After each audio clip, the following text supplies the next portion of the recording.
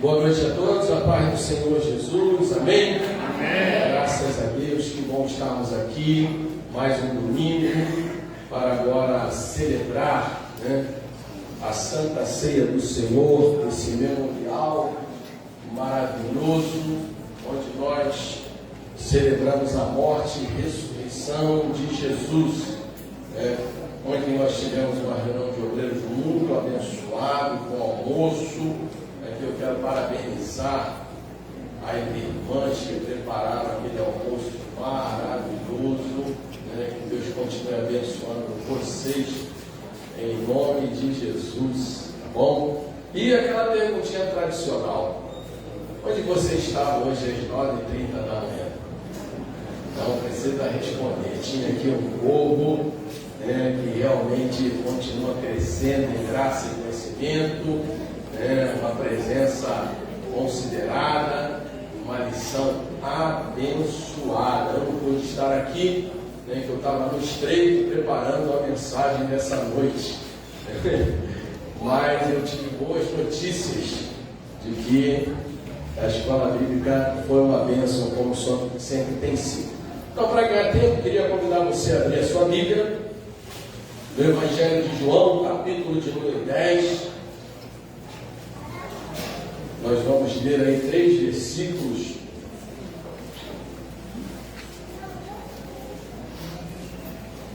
Glória a Deus. Enquanto você procura, quero dizer para você que esse mês de novembro, aqui na nossa igreja, é o mês das portas abertas. Deus vai abrir portas esse mês aqui, portas que estão fechadas já há algum tempo, portas de causas da justiça, portas de aguardo de cirurgia. E hoje em dia, até para você fazer uma cirurgia dentro de um hospital público, você tem que fazer campanha, porque o negócio é sério. Até chamar o número do CIGEG, tem que botar o joelho no chão e orar.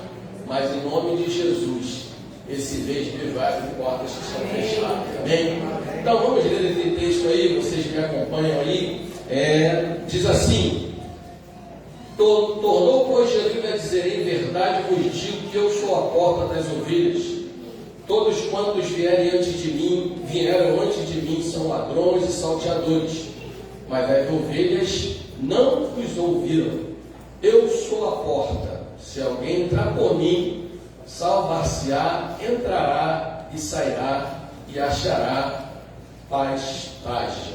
Amém? Então, queridos, eu vou me ater ao versículo de número 9, quando Jesus diz: eu sou a porta, se alguém entrar por mim, salvará, entrará e sairá e achará pastagem. Mas antes de a gente refletir sobre esse texto, é importante a gente compreender os motivos que levaram Jesus a fazer essa declaração: eu sou a porta.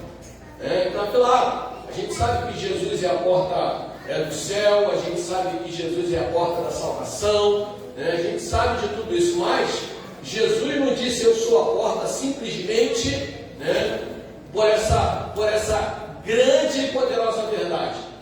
Jesus também disse isso em função de algo, de um pensamento, uma cultura, uma influência que existia na mente e no coração das pessoas. Por quê? Porque, irmãos, nas civilizações antigas, as portas, elas tinham um significado muito maior, além da que nós conhecemos, ou seja, de ser um acesso de entrada ou saída, em um determinado lugar. Não, elas tinham uma funcionalidade muito além disso. Elas tinham significados simbólicos, Então havia muitos símbolos por trás da situação de uma porta. Haviam símbolos espirituais, haviam símbolos culturais, haviam símbolos sociais, históricos, que envolvia a questão da existência de uma porta, porque antes do povo habitar dentro de cidades, as civilizações antigas, as religiões antigas tinham um pensamento acerca de que existia um portal onde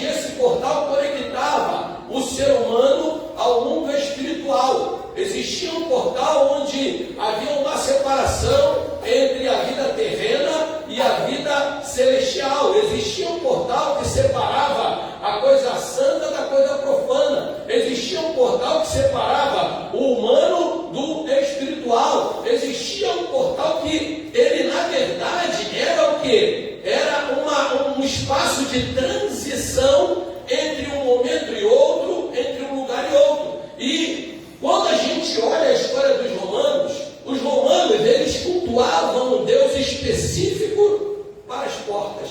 Vocês sabiam disso? Então os romanos, eles tinham um Deus que, na concepção histórica e espiritual dos romanos, eles achavam que existia uma entidade que ela tinha o domínio sobre a transição entre esses lugares. E sabe qual era o nome desse suposto Deus? Significava Janus. Daí vem o nome do mês de janeiro. Janus é o Deus que ele faz a transição entre um ano antigo e um ano novo. Nós sabemos que toda a nossa cultura ela é influenciada pelos gregos e pelos romanos. E a questão religiosa, ela sofre uma influência muito forte da religião romana, dos pagãos. Então, os romanos entendiam que quem tinha... Desliga, por favor, esse ar-condicionado aqui. Os romanos entendiam que quem tinha o poder, quem tinha a autoridade de acessar ou de dar acesso a essa transição, a essa mudança de vida, de estado, de localização, era esse Deus chamado Janus. Ele era o começo e o fim de todas as transições. E ele era representado por uma imagem de duas faces, olhando em direções diferentes. Então era uma imagem de um homem com duas faces, um olhando para um lado, outro olhando para o outro, mostrando e revelando que ele era o Deus que tinha o poder de fazer essa transição, ou seja, ele era o início e o fim. Aí então a gente vai entender por que Jesus disse: eu sou o alfa, o ômega, o princípio e o fim. Ele estava dizendo, primeiro, não é Janus que faz a transição do homem do terreno para o espiritual, não é Janus que faz a transição do santo para o profano, do profano para o santo, não. Quem tem esse poder sou eu. Por isso disse, eu sou. Por isso que ele usou, eu sou. Ele disse várias vezes, eu sou o alfa, o ômega. Ele disse, eu sou a minha verdade e a vida. Eu sou o pão da vida, eu sou a ressurreição e a vida. Eu sou. Ele usou o termo que Deus se revelou a Moisés. Então não foi simplesmente por isso, pelo fato dele só dizer que ele era a transição, não. Ele quis dizer para aquele povo o seguinte: Janus não tem poder algum sobre transição entre o espaço e o outro. Todo o poder está concentrado nas minhas mãos. Ele disse, eu sou a porta. Aleluia. Porque o povo procurava uma porta de saída, uma porta de escape, uma porta de esperança. E os judeus, eles foram influenciados por essa visão, ou por esse entendimento pagão. Eles acabaram se esquecendo de que Jerusalém era a cidade da promessa. Jerusalém foi a cidade que Deus permitiu ser erguida, e Ele colocou ali a promessa da sua presença. E aí, quando nós voltamos no livro de Neemias, nós vamos ver que Jerusalém tinha 12 portas. E cada uma dessas portas tinha um significado. Cada uma dessas portas apontavam para Jesus. Então, todas aquelas portas que existiam em Jerusalém apontavam para Jesus, que é a porta. Então, a mensagem que eu quero compartilhar com vocês hoje é: a porta maravilhosa está aberta. Diga para 2 ou 3 pessoas, fala, a porta maravilhosa está aberta.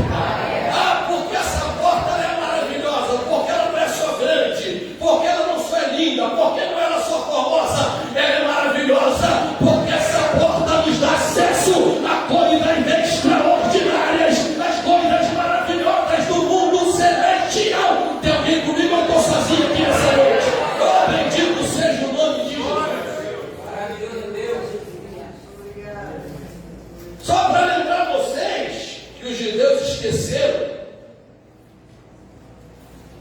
do significado dessas 12 portas. Hoje minha mensagem, como diz sempre o presbítero Gilberto, ela vai ser bem objetiva. Então, 12 portas. Vou lembrar vocês dessas 12 portas. Então, primeiro, porta velha representava as tradições culturais e religiosas. Porta das ovelhas representava o lugar por onde as ovelhas passavam. Porta dos peixes era o lugar por onde os pescadores entravam e saíam para ir à pesca.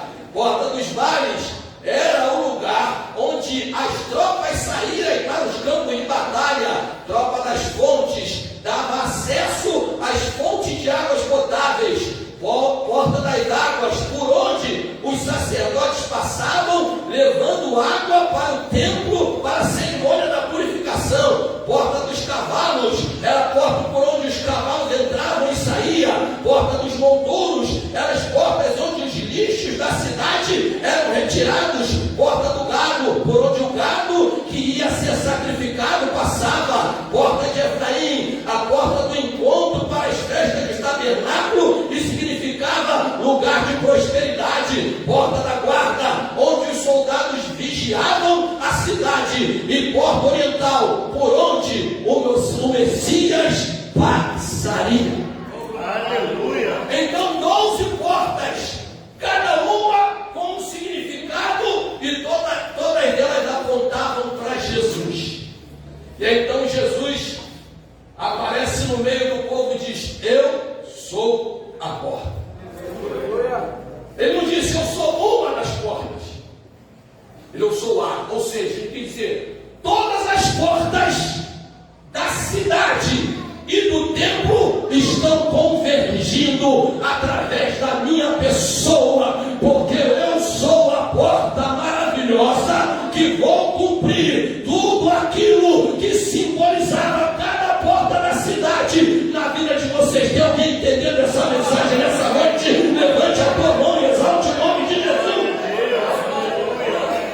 Jesus, como disse, eu sou a porta, disse eu sou a manifestação visível de tudo que foi prometido, e vim para restaurar a memória e cumprir todas as promessas. Oh, bendito seja o nome de Jesus. Aleluia! Eu disse antes que a porta ela tinha um significado histórico. Ao longo da história do povo de Israel, havia uma promessa de que Jesus viria. A história inteira, os profetas falando, os acontecimentos anunciando, prometendo a vinda do Messias. Então, historicamente, Jesus, ele é a porta que foi prometida no passado. Aleluia! Então, historicamente é isso, porque o povo de Deus aguardava a manifestação do Messias, a revelação visível do Messias, ou seja, alguém que viria fazer essa transição, porque antes de Cristo, se você for olhar, nós vamos ver na Bíblia, que antes de Cristo havia uma separação entre o homem e Deus por causa dos seus pecados. Ou seja, então a porta estava fechada. Eu preguei outra oportunidade aqui, de que quando Jesus ele diz para Natanael, ele disse: olha, Natanael, eu te conheço, tu és um genuíno israelita, eu te conheço desde o tempo que você estava sentado na figueira. Aí Natanael era aqueles crentes, que gostava muito de revelação.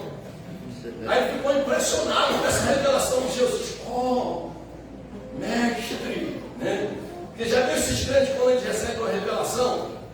Aí eles choram, aí perguntam quanto que o profeta quer. Então Natanael ele ficou impressionado com aquilo. Por quê?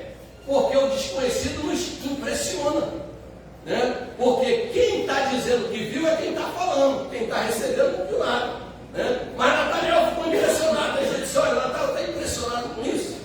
Mas vou dizer uma coisa para você: a partir de agora, você verá Deus e os anjos subindo e descendo. Aleluia. Ou seja, Jesus, ele é a revelação, a manifestação visível dessa porta que dá acesso ao trono da graça de Deus.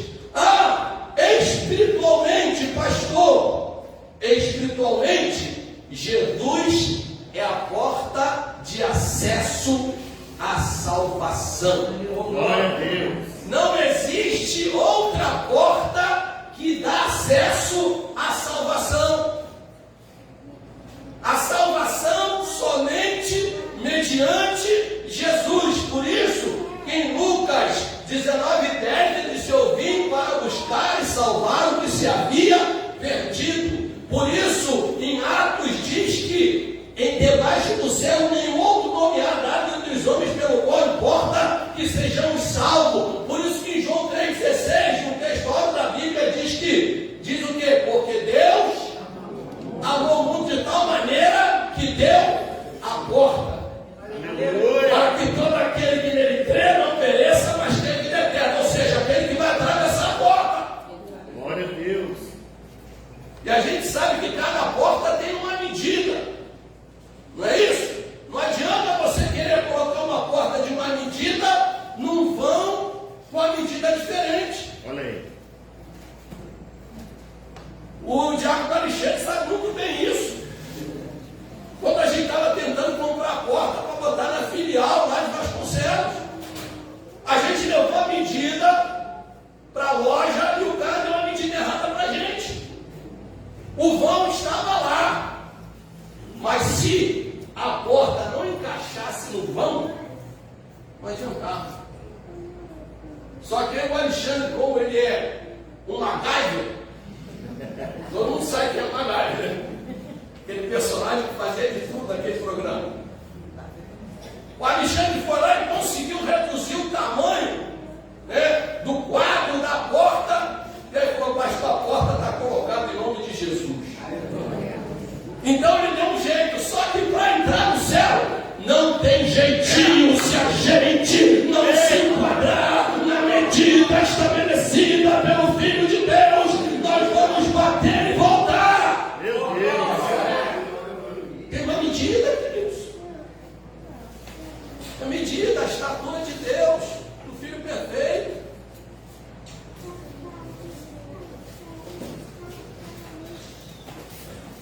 Hoje eu vou aproveitar a família Vasconcelos para ser meu auxiliar de pregação. Por exemplo, quando você quer fazer um bolo,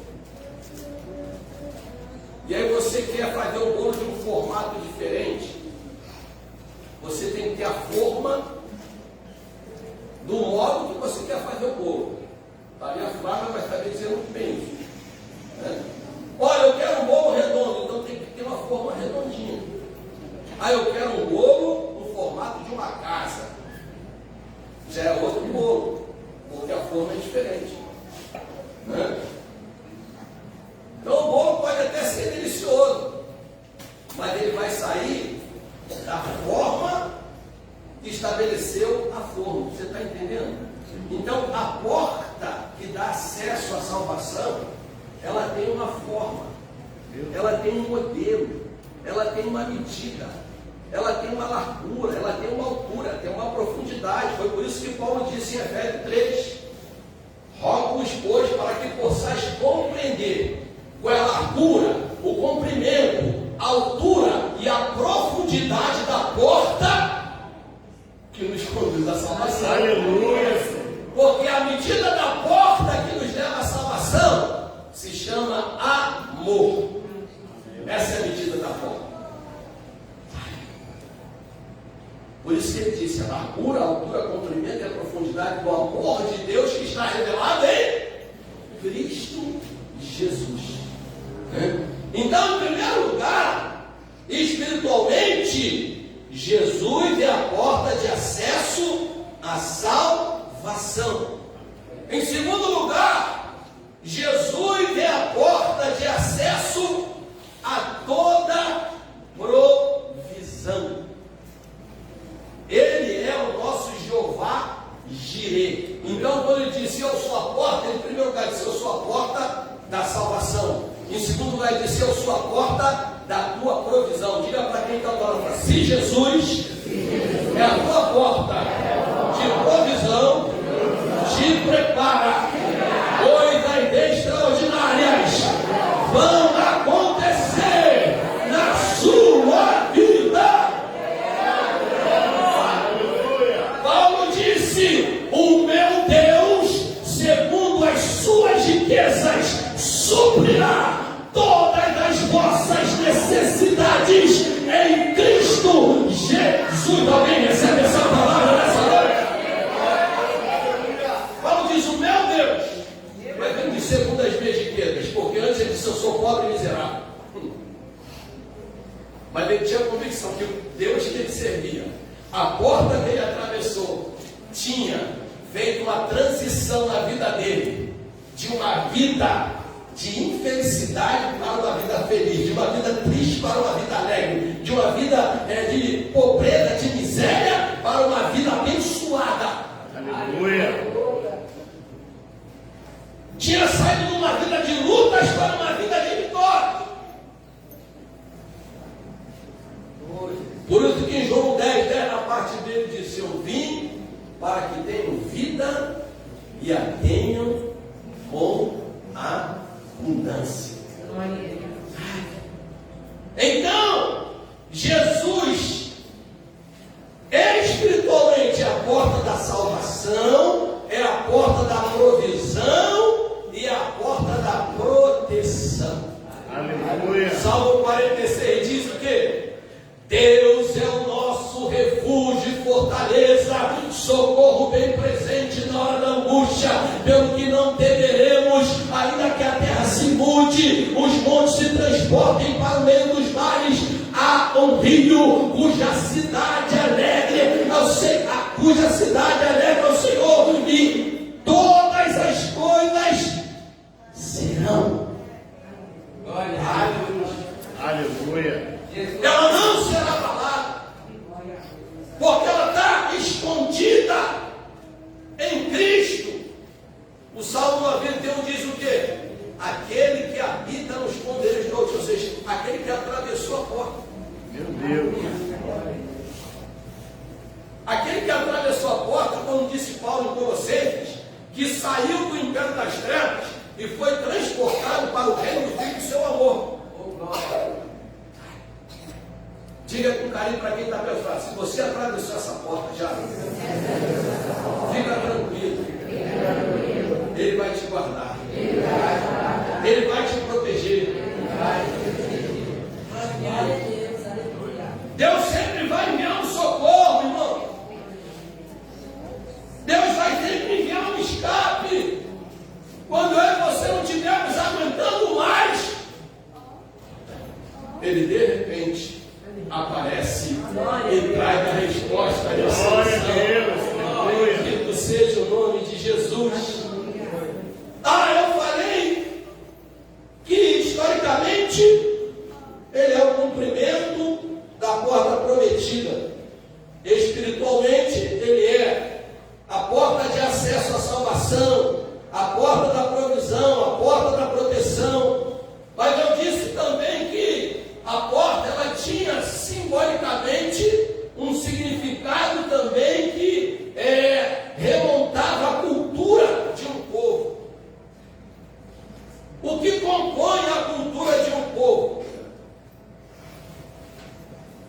O que compõe a cultura de um povo são os seus valores, são as suas crenças e a sua identidade. Isso caracteriza um povo, uma nação, dentro de um contexto cultural. No contexto político, a soberania. No contexto econômico, é o poder econômico. Mas eu estou falando no contexto cultural. No contexto cultural, o que caracteriza uma nação é o que? Seus valores. É o que? As suas crenças. São ou é a sua identidade. O povo de Israel estava perdendo a concepção dos valores estabelecidos por Deus. O povo de Israel, por influência das religiões pagãs, estavam perdendo o entendimento da verdadeira fé. O povo de Israel, devido às influências dos impérios anteriores que subjugou o povo hebreu, estava perdendo sua identidade. Só que Jesus veio para restaurar todas essas coisas. Olha o que diz aqui em Colossenses, capítulo de número 1, versículo de número 20. Eu vou ler aqui alguns textos, antes de chegar no 20. Diz assim, ó, versículo 16: porque nele foram criadas todas as coisas que há nos céus, na terra, visíveis e invisíveis, tronos, sejam dominações, principados, sejam potestades, tudo foi criado por ele e para ele. E ele é antes de todas as coisas tudo existem por ele. E ele é o cabeça do corpo da igreja, é o princípio, é o primogênito dentre os mortos, para quem tudo tem a preeminência, porque foi do agrado do Pai que toda a plenitude nele habitasse. Versículo 20 agora: e que havendo por ele feito a paz, pelo sangue da cruz, por meio dele se reconciliasse, ou seja, se restaurasse, tudo se concentrasse, convergesse na pessoa de quem? Consigo mesmo, todas as coisas, tanto as que estão na terra, como as que estão nos céus. Ou seja, Jesus veio como uma porta para ser o acesso da restauração dos princípios e valores que estavam sendo destruídos. No Salmo de número 11, versículo 3, se eu não me engano, ou 3:11, diz que o salmista faz um questionamento naquela época, há 1000 anos antes de Jesus. Ele disse: eis que os fundamentos se transtornam, o que pode fazer o justo? Ou seja, o salmista falou isso aproximadamente 1000 anos antes de Jesus. Os fundamentos já estavam sendo transtornados, né? A mentira já estava começando a prevalecer sobre a verdade. A injustiça estava prevalecendo sobre a justiça, né? O engano prevalecendo sobre a verdade. Então Jesus veio para restaurar. Aleluia. Tanto é que ele começa o seu ministério no Sermão do Monte, falando sobre a ética do reino de Deus. Ele começa a dizer: bem-aventurado os pobres de espírito. Depois diz: bem-aventurados que choram, bem-aventurados que têm fome e sede de justiça. Jesus veio mudar o paradigma. Jesus veio se contrapor ao sistema terreno. Sabe por quê? O crente e a igreja andam na contramão do mundo. Eu disse aqui uma vez, não lembro se foi na escola dominical, né? Normalmente, por exemplo, vou usar exemplo aqui dos bombeiros, né? Quando tem algum local pegando fogo, o que normalmente acontece com o povo? Não os curiosos. Os curiosos hoje correm para tirar foto e botar nas redes sociais. Mas normalmente quem está envolvido naquela questão do incêndio, eles começam o quê? Correr, pedir por socorro. É a mesma coisa numa situação de violência, né? Eles começam a fugir daquele ambiente hostil, né?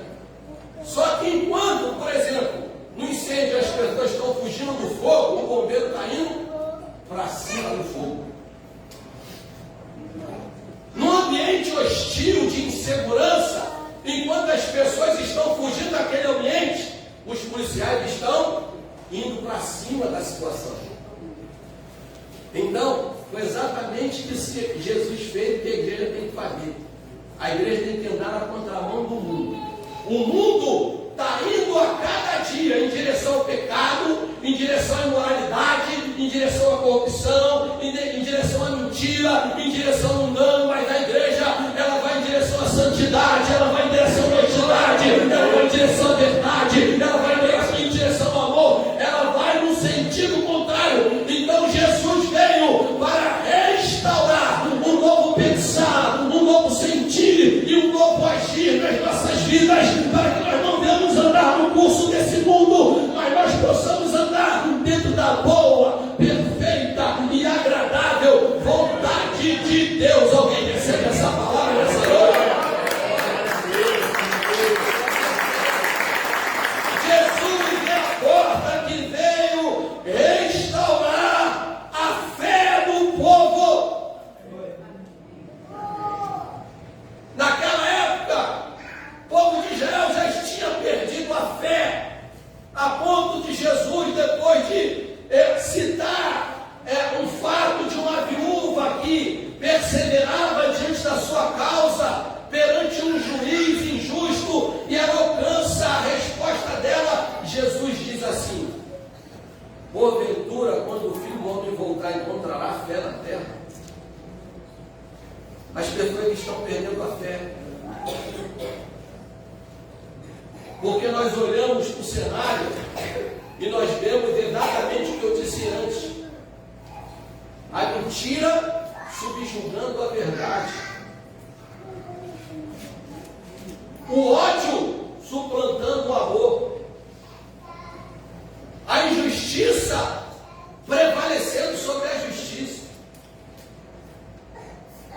Mas Jesus veio para restaurar a fé do povo, porque nós precisamos entender, ainda que a natureza caída do homem não creia mais que existe um Deus no controle, nós cremos, porque a Bíblia nos diz, e o Espírito testifica em nós, que há um Deus que está no controle de todas as coisas. Ele sabe o que está fazendo, Ele está direcionando a história da humanidade para um tempo onde Ele vai exercer total juízo sobre a terra. Mas antes disso, a Bíblia diz que a trombeta soará, os mortos ressuscitarão primeiro, e nós que estamos vivos seremos transformados em glória e estaremos para sempre com Ele, porque uma porta maravilhosa está aberta. Maravilhoso. Queridos. 3. Culturalmente, Ele é a porta que veio restaurar a identidade do povo de Deus.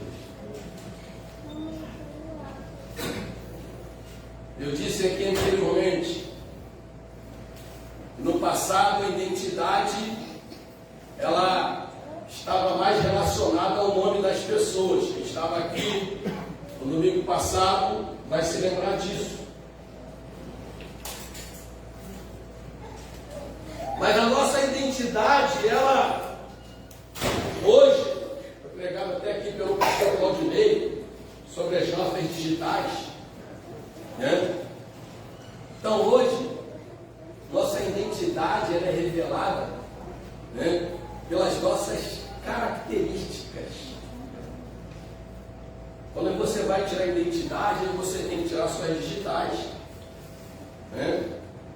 Você recebe um número, que agora é o número do CPF, né? Você tem que dar ali a sua filiação, de quem você é filho, está ali a data do teu nascimento e onde você nasceu. Não é assim a identidade de cidadão? A identidade de cidadão do céu é a mesma coisa. Tem que ter a data que você nasceu de novo, a data que você teve uma experiência sobrenatural com Deus. Tem o antes e depois de Cristo. Tem o nome de quem é teu pai. Quem é teu pai? Teu pai espiritual. Jesus disse: o Pai me ama porque eu sempre faço o que lhe agrada. O teu pai espiritual é quem? É Jesus.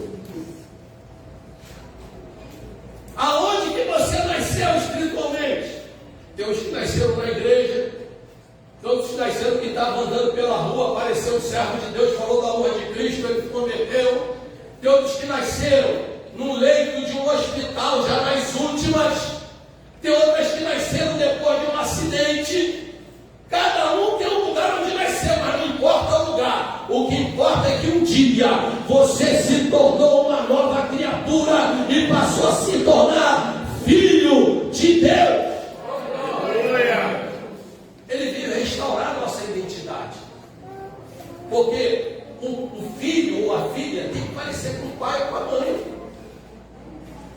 Você já viu quando vem um filho assim que não parece nem com o pai e com a mãe? Você viu como é que fica o pessoal?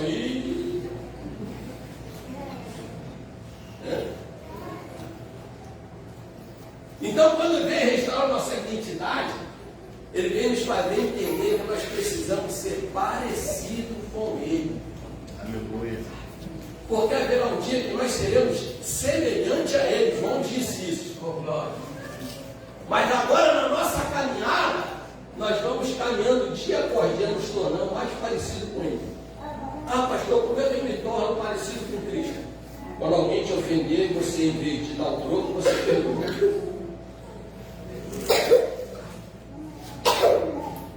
Quando você for levado para ser tentado, você vence a tentação e se sujeita a Deus. Mas tornou parecido com ele. Quando alguém pede a tua túnica, você entrega a capa. A gente vai caminhando gradativamente para se parecer. Porque nós nascemos para isso. E em terceiro e último lugar, profeticamente falando, ele é a porta da esperança de um novo tempo. Amém. Ele é a porta da esperança de uma nova vida. Ele é a porta da esperança de uma vida eterna de paz, alegria, segurança e prosperidade. Glória a Deus. Profeticamente, ele é a esperança de algo novo. Sabe, irmãos, como igreja, se nós atravessamos essa porta, nós não podemos deixar as circunstâncias, as lutas do dia a dia, roubar essa esperança, roubar essa expectativa. Sabe? Quando você está com um problema de saúde, e você vai ao hospital e você atravessa a porta do hospital, com a sua expectativa? A igreja está aí, sim ou não? A expectativa é que naquele hospital você seja curado, não é isso? Você atravessou a porta do hospital. Se você está desempregado, e aí você vai a uma agência de emprego, e você atravessa a porta que dá acesso à sessão de RH e encontra a irmã Conceição lá. Ah, qual a sua expectativa? Sair empregado. Né? Se você atravessa a porta de uma padaria, qual é a tua expectativa de encontrar naquela padaria? Pão. Se você atravessa a porta da salvação, da provisão, da proteção, da promoção que é Cristo, o que é que você espera nele? Um novo tempo, novas expectativas. Você espera coisas extraordinárias, querido. Então, se você atravessou essa porta maravilhosa, te prepare, creia, não desista. Ele está trabalhando em seu favor. Oh, bendito seja o nome de Jesus.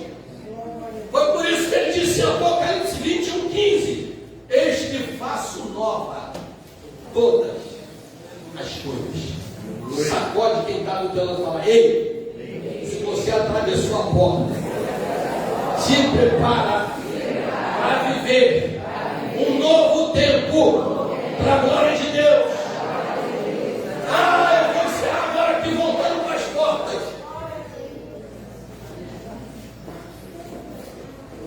Todas as portas convergiam em Jesus, como eu disse.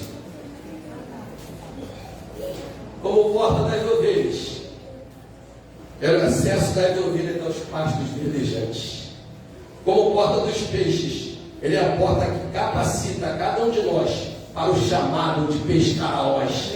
Como porta velha, ele é a porta que cumpriu todas as tradições, leis e costumes do Antigo Testamento, estabeleceu a aliança da graça, a aliança perfeita.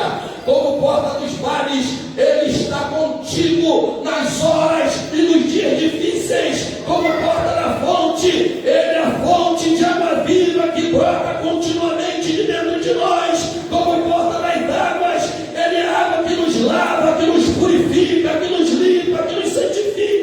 Como porta dos cavalos, ele é a nossa força e fortaleza no dia da angústia. Como a porta da guarda, ele é o guarda fiel que nos protege e vigia 24 horas por nós. Como a porta de Efraim, ele é aquele que nos leva a um tempo de prosperidade. Como a porta do gado, ele é o sacrifício perfeito. Como a porta oriental, ele é o nosso Messias, o nosso Salvador, o nosso Rei dos Reis e Senhor dos Senhores.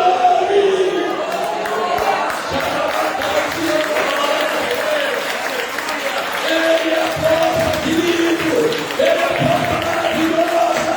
Aí ele disse: aquele que entrar por essa porta entrará e encontrará pastagem. E nós estamos aqui diante do memorial que representa essa porta. E nós temos dois elementos aqui que simbolizam o corpo e o sangue de Jesus. Através da morte e ressurreição de Jesus, a porta se abriu. Aleluia. Através de um sacrifício maravilhoso, essa porta se abriu. Quando Jesus morre, a Bíblia diz que houve terremoto sobre a face da terra. As pedras se estremeceram. Os mortos saíram dos sepulcros. E ele disse: entrego nas tuas mãos o meu espírito. E a Bíblia diz que o véu se rasgou de alto a baixo. Ou seja, a porta está aberta. Vamos ficar de pé em nome de Jesus. Nós vamos celebrar hoje essa porta maravilhosa que é Jesus. Essa porta que nos dá acesso a todas as bênçãos celestiais nos lugares celestiais. A porta que nos fez passar por ela e nos tornarmos herdeiros de todas as bênçãos